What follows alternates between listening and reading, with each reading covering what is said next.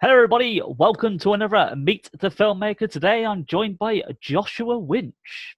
How are you today? Doing very well, thank you. Yeah, Thanks for having me. well, of course. I mean, you've done both parts of it, so we'll be seeing you again very shortly on the interviews. But so your first question is, how did you first get into filmmaking? So this is your filmmaker side of you. Well, if you really want to go back to the earliest part of that, it's when I was told I wasn't tall enough or had a strong enough voice to be a stage actor. Okay. My first love was the stage, and um, it was still when I was in my early college education, trying to figure out what I was going to do with my life. Mhm. I had honestly believed at that point that I was going to do theater.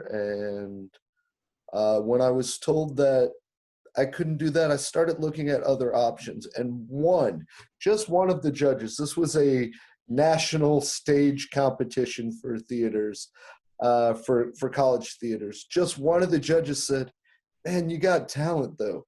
You Mm. really should go to the film program." Ah. And so, of course, being young and full of piss and vinegar, I talked really badly about those judges and everybody else for, I don't know, what seemed like forever, but it really wasn't that long. It was about a couple-week period. And then the semester was ending anyway. So I started looking at what it would take to join the film program, but I didn't want to do that, just, hey, I'm going to be a film student. Um, so I wanted to learn everything I could. I figured that if Noel Coward was told he wasn't funny and he could be one of the greatest comedian playwrights of the last, 100 years, that, well, I could, make movies and show those people that said I couldn't be a stage actor that there was a place for me. Okay. So what was your first film project then? As a student, I worked on several films, but out of film school, the first film project was with a guy named J. Mackenzie Roach. And you have to say the Mackenzie because there's a very famous J. Roach, and I did not work with that guy. I worked with J. Mackenzie Roach. And J. Mackenzie Roach took a different aspect to learning to make a film than I did, and that is Jay watched a bunch of movies and bought some books on filmmaking and took a $15,000 accident injury settlement that he got. And he said to me, "Hey, I'm making a movie. Do you want to act in it? You'd be perfect for this tough mob guy role." Mm. And I said, "Well, I'd love to do that." And then Jay and I got to talking more, and I became his associate producer on that and helped him organize the film. And that was a little film called Street Creatures. It sold 100 copies. Yes, that's right, 100 copies. And I don't know if any of those copies exist other than the one that's in my DVD library, but Street Creatures was a fun film, and that moved me further because as we were shopping it to film festivals and distributors, Mm. uh, I got the good fortune of getting an email from Vitagraph Films, Ah. and they had just released Bubba Hotep. Yep. And that's why I sent it to them, because Bubba Hotep was like my everything at the time. Mhm. And the guy from Vitagraph Films sent me an email saying, "No thanks, but also if you have time, call me." So I made time to call him. And he told me this: "Nobody knows any of the actors in your film. Mhm. There were a couple of technical issues, but with a little bit more money, you could solve those." He said, I liked the movie. I don't know how to market it. I can't market it because nobody watches crime dramas without actors they've never heard of in Yeah. places they've never heard of. And I was like, okay, fair enough. So he said, what I'd like you to do, because I can tell that you guys have talent, I'd like you to put together a horror film. You Mm. don't need a named actor in a horror film No. to sell it. Horror fans watch horror because they love horror. And I was like, all right, thanks for the advice. And I immediately called Jay up and I said, hey, we need to get together and come up with an idea for some horror movies. Um, so Jay and I met at the Waffle House, and we got our black coffees the way struggling young filmmakers do. Hmm. Obviously, we I don't know. I don't even know if we got anything to eat because neither one of us had any money at that time in our lives, and I think we just had coffee for like 4 hours and kicked around ideas for films. Hmm. And I told him everything I was told by Vitagraph, and we kicked around ideas for films. And then what Jay went to work writing. He's a writer. I'm kind of an idea guy. I'm dyslexic, so Hmm. to ask me to write a script for you doesn't work. To ask me to read a scene and tell you if it works is fine, but I have scripts I started in college that I've opened up and I go, I don't even know what this is.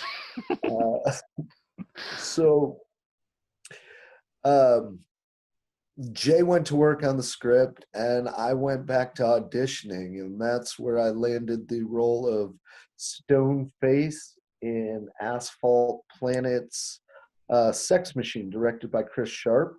Hmm. And Chris has gone on to have a wildly successful career doing YouTube videos. I hope he gets back to doing cheesy schlock horror, as he said when he did Sex Machine. It was obviously, with that title, it was an exploitative Hmm. nod to grindhouse films and a retelling of the Frankenstein story. You can still find a copy of it for sale every now and again. If you do find it on eBay, I'm probably the person bidding against you I'll bear that in mind. for that. So then I did Sex Machine, and Jay worked on a script, and that brings us up to 2007. Jay calling me up and saying, "I've got this script finished for you. What do you think?" And he sent it to me and printed it out, and I got out a red pen and I crossed everything out I didn't like, and I changed some sentence structure Hmm. to just seem more natural, and I changed some typos that just happen naturally. And after editing Jay's script, I had my then girlfriend, who was a writer for a local entertainment newspaper, then check my editing. And then we got together and had more black coffee and tried to figure out where to go with this script. Uh, that was a script for a film that became The Devil's Gravestone, and The Devil's Gravestone released in 2009 on VOD in the United States and DVD in other countries. And I don't know why the United States never got a DVD release of it, but I recently acquired a Czech DVD of it that is pretty cool. Getting the I have no idea what it says on the cover, but it's pretty cool. So, Huh. uh, But you kind of yeah, went into it a little bit with what you've I worked did. on. So break the questions up a little bit. So how long have you been doing it? Which has been roughly since about the beginning of the 2000s. Well, yeah, I graduated college in 2002, and I've been doing horror since what was that? 2000. I want to say it was 2004 that Sex Machine was shot, Mm, and that was in between. That was my transition into doing horror and starting to become a producer. yeah, I I went to film school not because I thought I'd be a director and not because I thought I'd be a producer even. I went there because I wanted to know what to do and didn't want to be holden to anyone else's rules. yeah, The thing I asked for a high school graduation gift was a camcorder and a six-head jog toggle DVD player so that I could do VHS editing and shoot yeah. stuff. And half my college essays had video portions to them because of it. Why not? You've got the Uh, technology. Why not? well, and other kids got cars and computers, and I got a Sony Hi8, camcorder and a Toshiba six-head VHS dual cassette player and editing board. So, well, you mentioned how some of the stuff you've worked on. So we'll go with what you currently work on, which, as I always say to a lot of people, is probably not a lot at the moment, considering what the world's like. But you must have something Well, potentially in the pipeline. the great thing about where I'm at, and I'm in the Midwest. I spend my time between Tulsa, Oklahoma, and Dallas, Texas, Mhm. depending on my projects and my family. Uh, but the great thing about that is we don't have as much lockdown as everybody else in the world Yeah, because, well, we're all about our freedoms, dag nabbit, and uh, as long as you don't interact with too many strangers, you're just probably going to get a cow sick. yeah, And so I was able to do a film in a closed down music venue in Richardson, Texas, a place called Six Springs Tavern.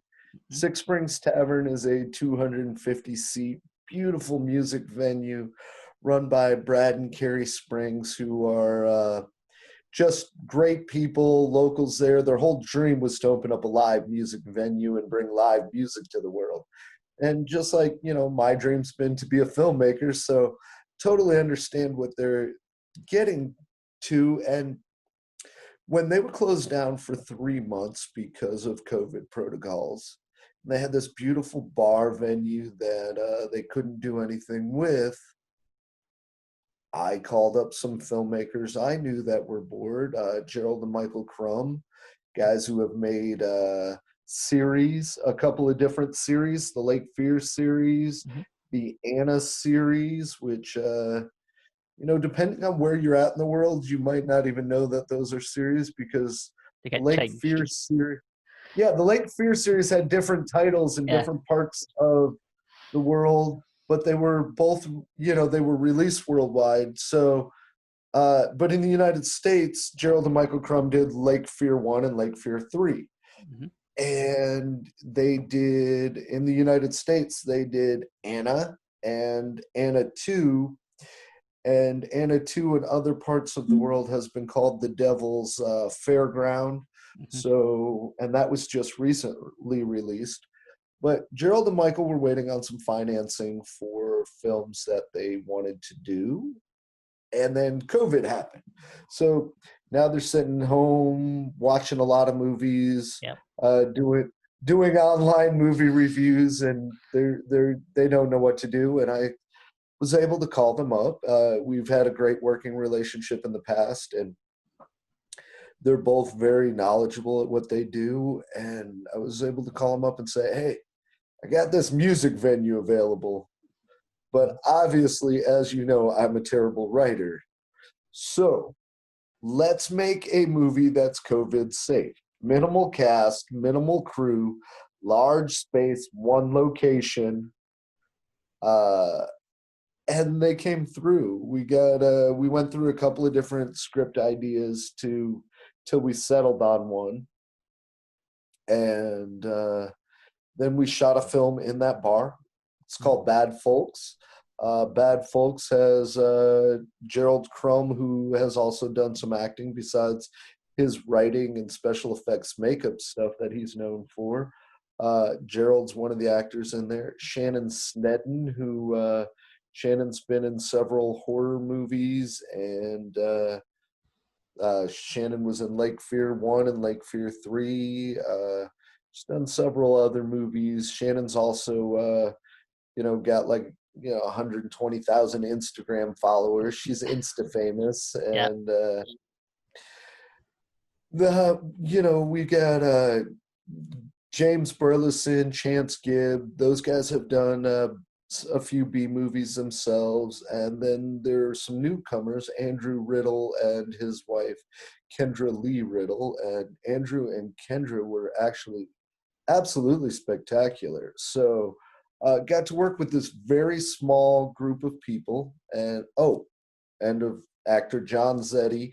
John Zetti was in Lake Fear 3. He got his arms and legs ripped off, and he was a bloody mess in that one. And I'm not going to ruin Bad Folks for anybody that may see it once it's released. I won't tell you if John becomes a bloody mess again or not, but we got to do that. So that was really cool.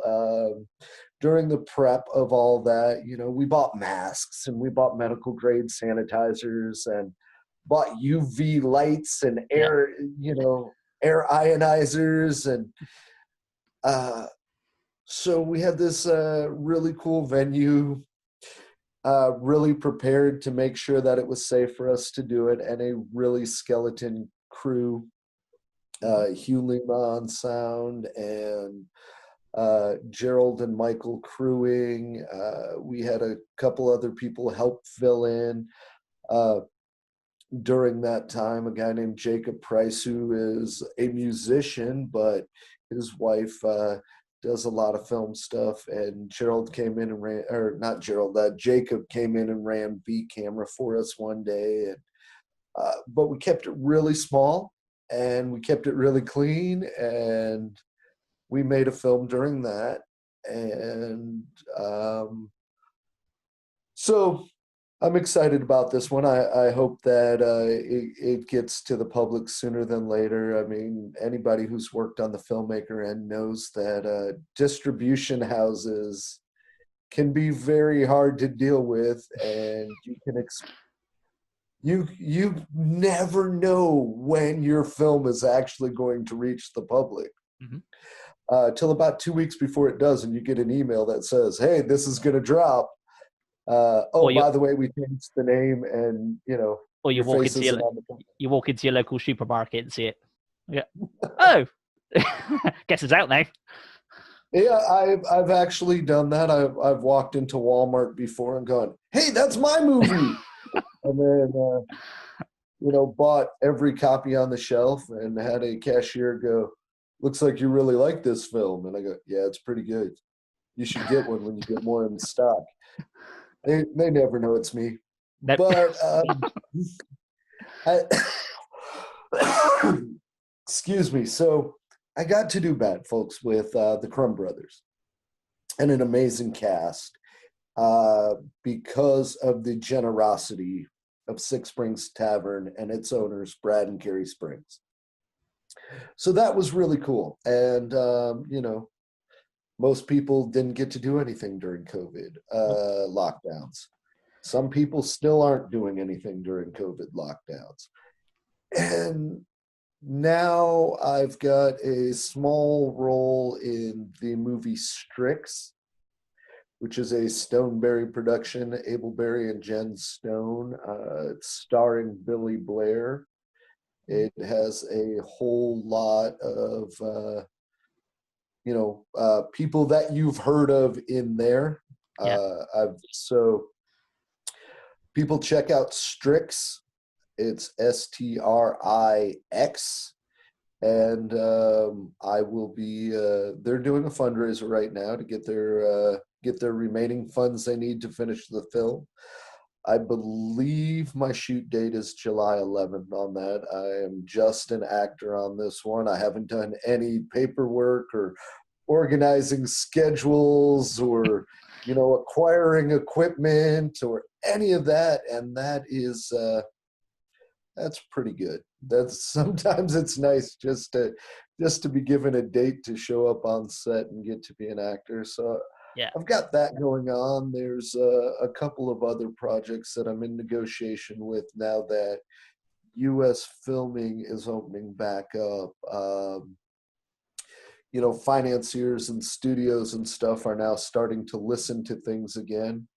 That doesn't mean that they're as keen on the things before the COVID shutdown that they were before, because a couple of the projects I was in negotiation with studios on are now not happening. So I've had to shift gears and send off some new scripts and pitches, and we'll see where that goes. So I don't have a ton going on, but 2 projects coming up in the near future are nice. And then I've got if people don't get sicker and the economy doesn't close down again, which is what we're all hoping for, but ultimately we're dealing with a pandemic and a disease the likes of which we haven't seen before. So we're all taking it day by day. If that doesn't happen, I've got a couple of conventions in September. Mm-hmm. I am supposed to be attending the Houston Horror Film Festival. So they've got a whole list of important names. And then if you go way down at the bottom, there's me. I'm also there. Obviously, being more of a B-movie person, I don't get. I still have spent, the last 16 years doing this, but I don't get the headlines, and that's okay. That's okay. I do this, and I've done it for the last 16 years because I absolutely love it. So fingers crossed, everybody stays healthy and the world stays sane and these conventions happen and we get a few more movies up. Okay, well, you've got all that going on as a filmmaker. You've had some advice given to you about getting into the film industry from various different people. So it's now your chance to give the people watching your advice as a filmmaker getting into the film industry. Do it because you love it. That sounds cliche, uh, but it's true because you aren't going to be famous right away. You aren't going to make a lot of money. You may never make money off your projects. Uh, I I've been very lucky, and I have been. Everything that I have done as a producer has made money. Not everything I've done as an actor has made money, but I've made money. So I've been lucky, but get into it for the right reasons Yeah. and then keep things simple. I get scripts all the time, some of them solicited, some of them unsolicited, that have just these unrealistic expectations of how you're going to make your first low budget movie. I've never written a script before, or this is my first feature, but I want to do all this. No, you can't have the Titanic in it. No, you can't have Nakatomi Plaza's top floor exploding. Keep it simple. You're going to be inventive. Technology gets there every day. Teach yourself more stuff. Part of my journey along the way, I went and took a paralegal associate's course. Mm-hmm. And I don't work in law, and I've never wanted to work in law, and I'm never going to work in law. but I did that so that I understood what the entertainment contracts said. Yeah. I understood what the lawyers were getting at when they came across my, and I'm going to air quote, desk, because I've never had a desk in my life. But, I did that. I taught myself that so that when it came time to pass contracts around, I could understand them and I could negotiate and I could modify, and I didn't need to pay some guy $750 an hour to do that. Most of what we do or what we want to do as filmmakers is pretty cost prohibitive. Hollywood and, big studios have really made it that way. Mm-hmm. And we're living in this beautiful world where technology has become so good. For $10,000, you can go pick up an editing system Yep. and a really nice camera like a Black Magic or a Red, and you can go shoot something. And $10,000 is a lot of money to everybody. I get that. I'm not saying it's not, but it's the most affordable it's ever been. I guess the new iPhone's shooting in 4K now, so you might not even need to buy Yeah. a Black Magic or a Red. You just get one of those fancy balance rigs for your iPhone, and then go spend $1,000 on a task cam and a Rode mic, and capture some crisp, clear audio. Mm-hmm. The point is, it's getting more affordable to do it, but you have to teach yourself other things. Yeah. Don't think inside the box. Directors, you're not just directors. Learn the paperwork that the producers do. Learn the scheduling stuff that the producers do. Learn the editing stuff. And most of us out there are already teaching ourselves multiple stuff because we don't have the money. But a lot of people are still stuck in the idea that I'm a producer. I only do these things. Yeah. If you want to make it happen and you don't have a lot of money and you don't have connections for a lot of money and you don't like online begging, I've heard a lot of people say that about their fundraisers or crowdfunders. Look, I would have a fundraiser up 24/7, 365 if I thought it would get me money to make a film. I don't have any shame there. I will stand on a street corner with a cardboard sign, need money for film. Anything will help. If that's what it takes to get the film done. But the idea is whatever it takes to get the film done. Keep it simple, keep it elegant, teach yourself multiple things and wear multiple hats. And don't let the money and the fame and the ego stuff, don't let that get in the way. Make the film your focus. And there's enough for all of us. So I'm not your competition. I'm probably your best friend. I might be your best resource.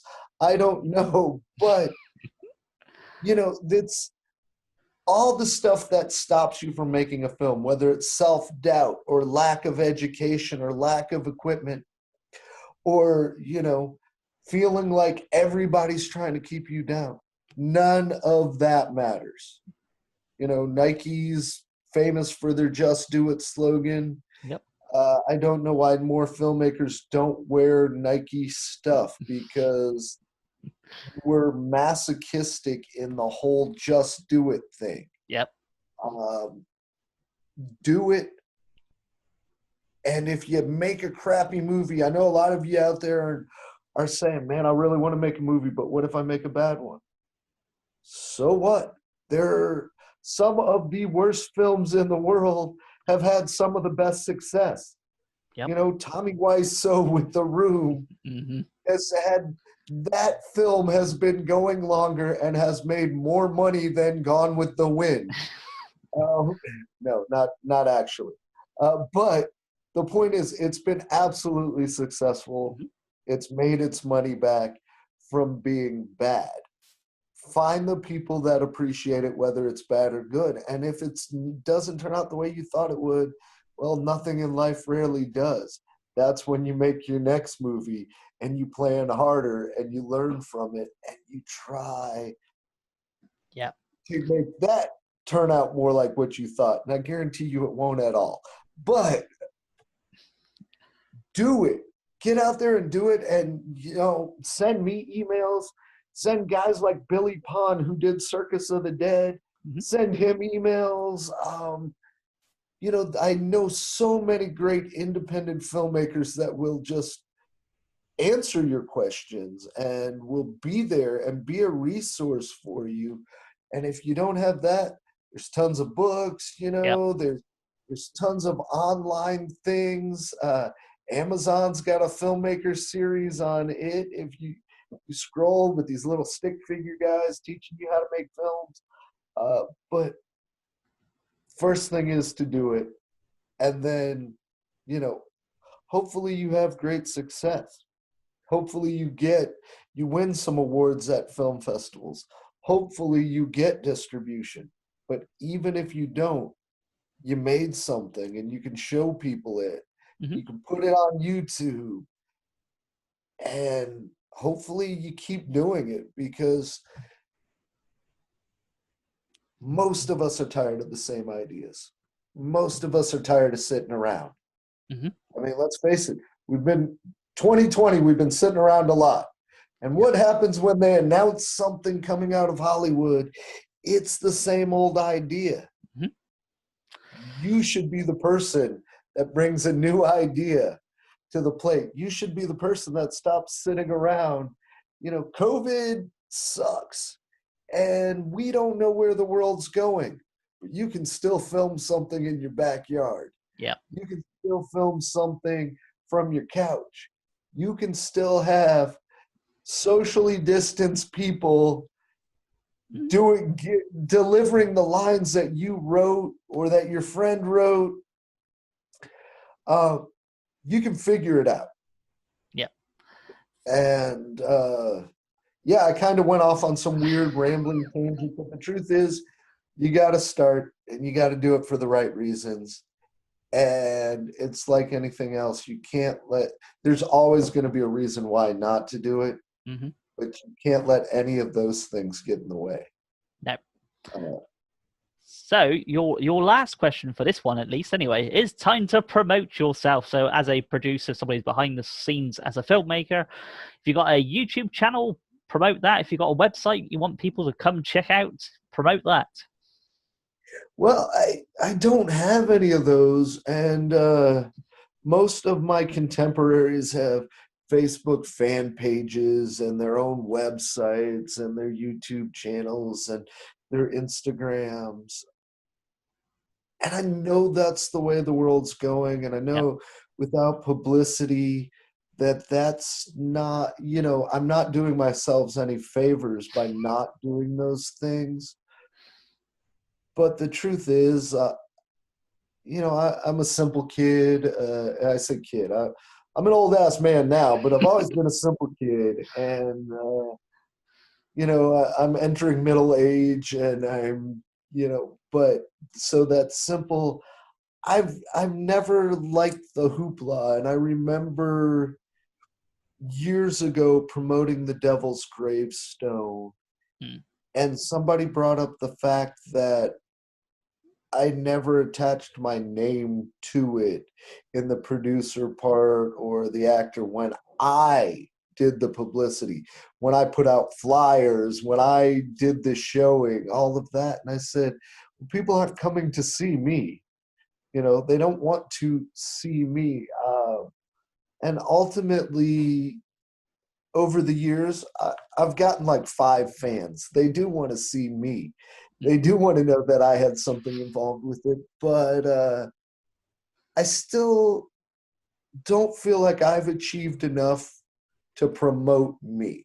Yeah. I don't know when it will be that I feel that I've achieved enough to promote me, but I run my own Facebook page. It's not a fan page or a business page. It's just me. Mhm. I haven't topped out on friends. Uh, I've still got under the 5,000 person limit. And ultimately, until I need to open up a new Facebook, I'll just be me. I want to be approachable. Yeah. I want. I've been at several, conventions over the years and those kind of things where somebody recognizes me from across a room Mhm. and they're like, "Oh, you're Joshua Winch." And I'm like, "Yes, I am." Wow, I didn't even recognize me in this crowd. But I want them to be able to come up and do that. I want to walk through the crowds and do that. I don't want to be the guy on the website. Maybe someday I'll have to be the guy on the website, Mhm. but I'd rather there be someone else's face and name on the website, even if it's my website. Yeah. So that no, don't look me up. Yes, you can Google me. I would appreciate everybody looking at my IMDb because it ups that star meter Yep. rating, and it makes me look a lot more popular than I am. I would appreciate you, going to places like Tubi TV and typing my name in there and watching the films that are on there, or Amazon, Yep. watching my films that are on there. Wash TV, that's another great app by the people that from ITN Studios. Those people, their Wash TV app, you can Mhm. watch movies that I've been a part of, whether as a producer or an actor or both, on Wash TV. There's several films on YouTube. Watch all that stuff. Watch the legal stuff, not the pirated links, Yes. please. Um, Yes. Watch the legal stuff. Watch the legal stuff. And then, go ahead and reach out to me on Facebook or Twitter or Snapchat or whatever social media you can find me on. I am not on Instagram. I refuse. And it's nothing against you, Instagram. It's just when you started out, it was pictures of people's foods and vacations, and um, I don't care about that. So, uh, I don't want to take pictures all day long. I hate taking pictures of things. Is that weird for a guy who worked behind the scenes in film? I yes, I, that's why I'm a producer. That's why I'm not a cinematographer, because I don't want to be taking pictures of things all day. Now, I do love running around behind a set photographer and going, oh, that's good. Yeah. Get that. But yeah, I don't want to take a picture of it. Anyway, so yes, find me where you can and reach out to me if you're so inclined. Well, thank you very much for your time for this Meet the Filmmaker interview. Be sure to check on further because Joshua Winch will be back very, very soon for a Meet the Actor interview.